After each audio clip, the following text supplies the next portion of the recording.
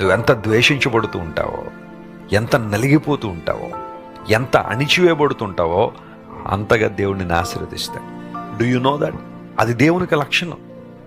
ఇశ్రాయేలు ప్రజలు అణిచివేయబడే కొలది అత్యధికంగా ప్రబలారు అని నిర్గమకాండం 1వ అధ్యాయంలో మనం చూస్తాం. ఫరో వారిని అణిచివేస్తుండగా వారు డెవలప్ అయిపోతున్నారు, అణిచివేస్తుండగా అభివృద్ధి పొందుతున్నారు. హన్నా హేళనకు గురైంది, అపహాస్యానికి గురైంది. అలాంటి సందర్భంలో హన్నాను దేవుడు జ్ఞాపకం చేసుకుని ఆమె గర్భాన్ని తెరిచి సమూయేలును ఆ తర్వాత మరికొంతమంది బిడ్డలను ఇచ్చినప్పుడు దేవుడు అందరికన్నా ఉన్నతమైన స్థితిలో హన్నా నిలవబెట్టాడు. హ్యూమిలియేషన్ అనేది ఒక సీజన్ మాత్రమే, అప్రెషన్ అనేది ఒక సీజన్ మాత్రమే. దేవుని బిడ్డ విను, సఫరింగ్ అనేది ఒక సీజన్ మాత్రమే. God gives you victory. దేవుడు నిన్ను బయట తీసుకొస్తాడు, ఆయనను విడుదల చేస్తాడు. దేవుని శిష్యులు సముద్రం మీద వెళ్తూ ఉంటే తుఫాన్లో చిక్కుకున్నారు. ఎంతవరకు? యేసుక్రీస్తు ప్రభు వచ్చి తుఫాన్ నిమ్మళించేంతవరకు తుఫాన్ ఉంది, కానీ ఆ తర్వాత లేదు. That was a season, that was a time.